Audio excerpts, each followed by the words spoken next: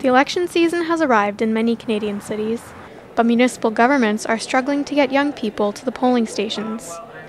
Researchers suggest the majority of youth simply don't vote. Professor John Pammett at Carleton University studies youth voting behavior.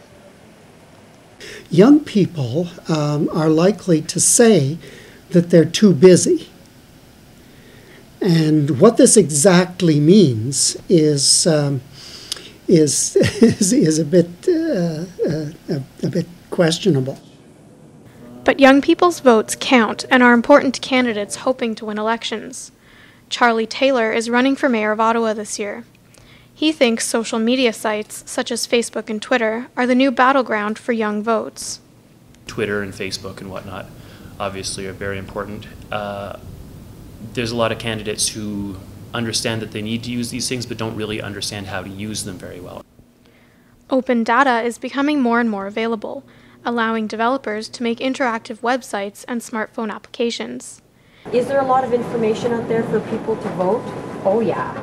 PhD student Tracy Lorio, an advocate for open data, says these applications and websites educate youth about their governments.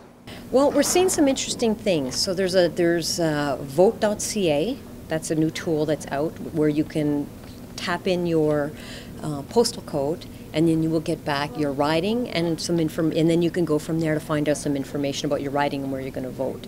Anytime you take a tool and you make it easier and you put it online and you make it easy to see the information, engaging and interesting, and if it's Twittered and blogged and people are talking about it on Facebook and they're having conversations in these other different media environments about the elections, it's going to help. Open data-powered websites and applications are still in the early stages, but some students are confident they will bring about positive change.